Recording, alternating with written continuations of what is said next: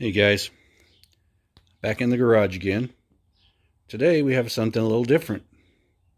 We got a 1996 Honda Magna. This is a motorcycle that I used to own. Now belongs to someone very close to me. So what we're going to be doing on this is it started leaking at the fork seals.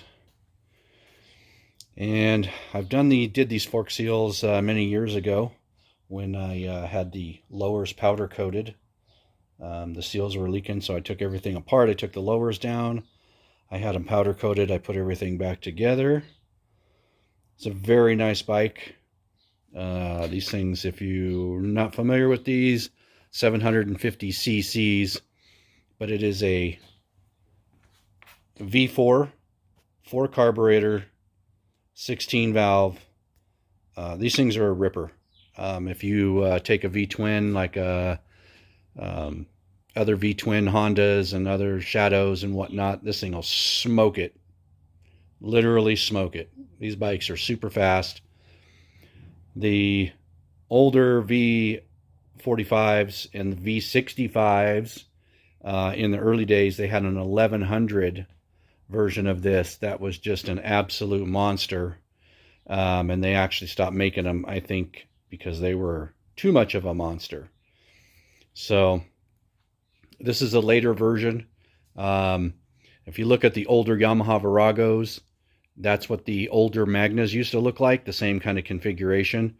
These are billed as a muscle cruiser. So, and they are exactly that. They are a muscle cruiser. This bike can get up and fucking go. And it is also very comfortable to ride.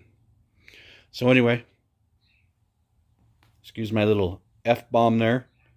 Whatever. I'm not monetized, so it doesn't matter at this point. So we're going to be taking apart all this. I do got to look at the bushings and whatnot at the bottom to make sure they're not worn out. And if they're not, we'll go ahead and put the forks back together with new seals and new dust boots. And if they are, we'll just order up some parts and get them back in. She's about due. Front tire is a little worn out. I don't like the way it's wearing. The wear pattern is kind of funky. We may pop a new tire on there too. But that's what we're working on today. We'll get into it and pick it back up. Okay, here we are. We've got the front wheel dropped. Pulled the 4 bolts out of here. Pulled the axle nut off. Dropped the wheel. We went ahead and pulled the 4 bolts out holding the fender. Okay, dropped the fender down. A lot of these bikes don't have the little piece left. That one's got a custom piece. We've got some braided stainless lines on this one. The cable holder. This fender, I noticed, it's getting like quite cracked. Some of those cracks go all the way through. So we have to take a look at that. Drop the brake caliper down. Mounts up right there. A couple of 12mm bolts. Got everything organized in my little tray here. We got a couple of brackets for the fender. The other bracket is right up here, and it's got the cable holder on it, and it's still on the cable, so that one's just kind of suspending it by itself. And then the other one down here. Got the speed sensor right there, and the other spacer still on the wheel. That's where we're at right now. Getting closer. I'm going to pop off the dust boots, and then down here, I don't know if we can't see it, but basically up inside here at the bottom of the fork, there is a 6mm Allen head that you can loosen and drain the fluid out of the forks, and we'll probably be doing that next. As you can see, got the forks draining. For as much as they were leaking, was a surprising amount of fluid left back in there. I mean, you barely put it, just so few ounces of fork oil go in there. I was amazed by how much is coming out. So, like I said on the earlier versions of these, like what the configuration was and what they look like. If you look up your history of these bikes, I believe they started in the early 80s. Kind of a similar design, but the pipes came up from underneath and swept up, dual on each side. It had a solid rear wheel, 2 little bullet lights on like a duckbill fender on the back. Really sweet bikes. So if you're interested, look up like a 1982 Honda Magna and see what those things look like. They were slick. Probably, that was actually the first Honda Magna that I ever saw. I was working at a Honda dealership back in the mid to late 80s, and that's when I saw my first Magna on the showroom floor and fell in love with it. And, who knew that, so many years later I would end up buying one and having one and riding one for several years. I didn't like the other configuration that looks like the Viragos. I really didn't like that configuration.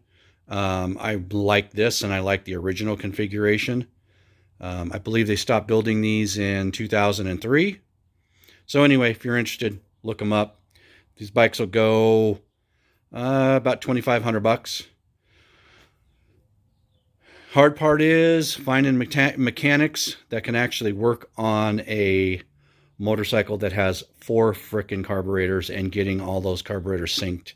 The guys that worked on these bikes from back in the day have since retired. Everything now is fuel injected electronic, and can't find too many guys that actually sync carburetors at your dealerships and whatnot. Got lucky with this one a few years back. We had to have the boots on the carburetors replaced. They were leaking fuel after we came back from a trip, and right before the guy retired, he fixed it, so we got lucky. All right, just a little side note. Onward and upward. I think I'm going to have to stop here and order the complete rebuild kit. I didn't like the way the oil came out. It's kind of shiny, like it might have some metal fleck in it, and those the bushings on the bottom, they're wearable, and I have a feeling once I get in there that they're going to be worn out. So might as well, while I'm in here, even if they're not worn out, might as well just order the kit and get them completely rebuilt. Okay, we're going to start off by taking this top nut here. If you watch the video, the forks are already drained. They're fully extended. So we don't have as little pressure as possible on the fork springs. Here, the 17 millimeter for the top fork here. And go ahead.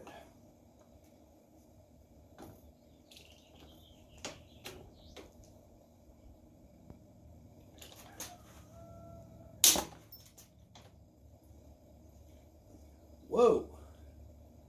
And it looks like somebody got to this at a different point in time from me, because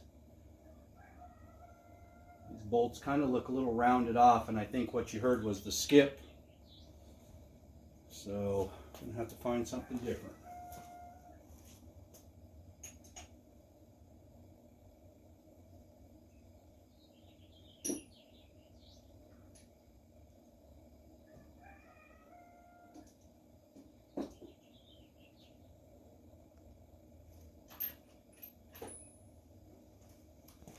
What I was looking for was a 17 millimeter 6-point rather than an 8-point. Probably a better option anyway.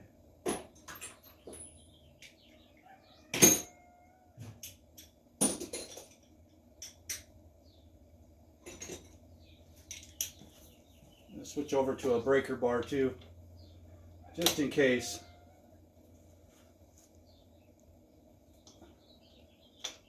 See, those things are really on there. They probably shouldn't be torqued that tight. There we go. Now these are under spring pressure, remember. So don't be surprised if it pops out of here.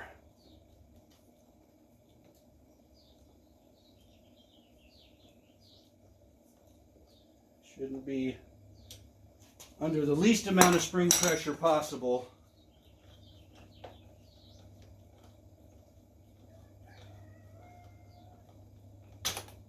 There we go. I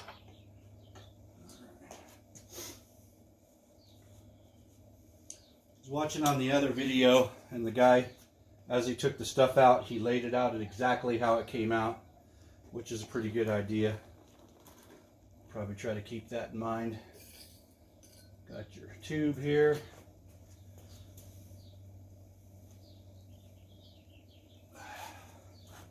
Probably what I'm not going to be able to get to is the springs down inside. He had a magnet that he just reached down in there and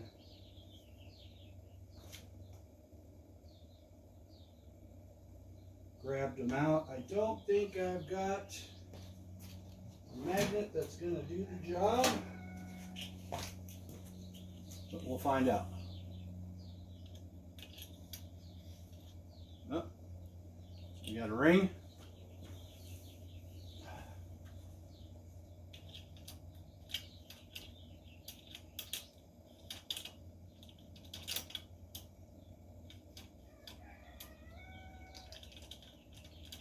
Like I suspected, that magnet really isn't strong enough to pull the spring out.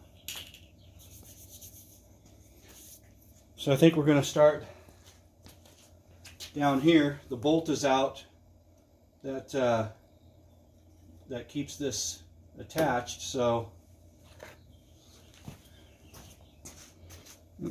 kind of out of focus here.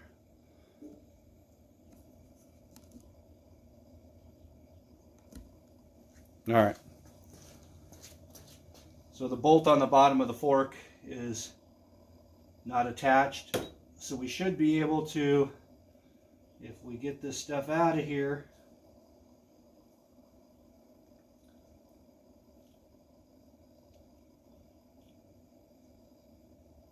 now this is just a dust seal.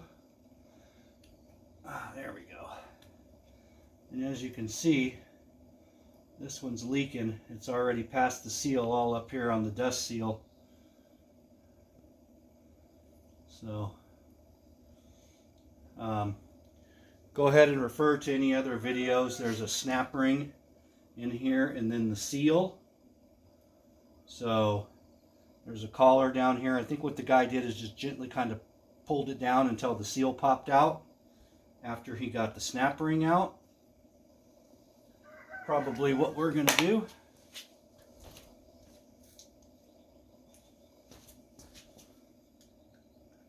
So in the rebuild kit, we got all this stuff.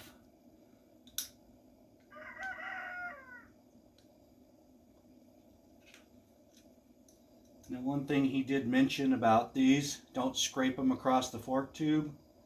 Spread them out. Drop them down.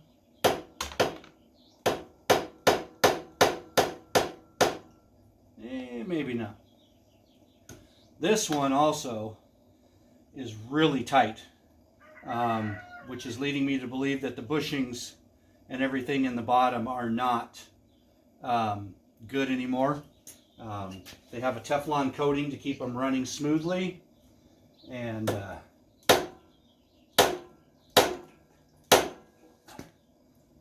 don't think I'm moving anything, guys. Probably how I did it before. I just don't remember. But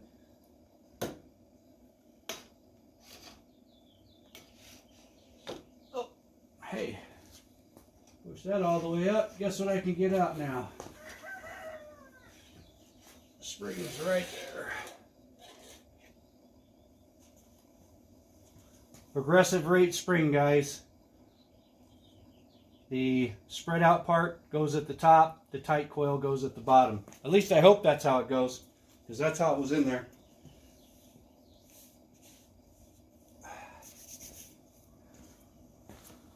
So, like I said, I believe, there we go. All right, there's our seal. Here's our seal, and I can tell this is red balls or whatever they call that. All balls. I know this is an all ball seal because it's bright red, but this seal did fail, and that's why we got cardboard and stuff out. So you got your seal.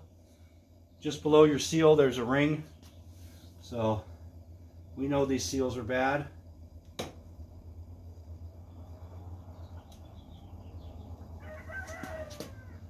Now what we got to do is get the rest of this out of here. Now, if everything I watched and remember is correct, that kind of should have fell off already, but it's not. There's nothing else holding anything in there. So what I'm going to go ahead and do right now is stop recording, double back, and make sure I'm doing this right, because we don't want to break anything in here. All right, but this puppy's not giving up. So I don't know if that's just, like I said, I think that it should have fell completely out, because the bolt that retains everything came out of the bottom. We've already taken that out and drained the shock and everything. So there really shouldn't be anything holding this up. So like I said, going to stop tape. We're going to double check before we break anything. So that's the last thing I want to do. All right, coming back at you later.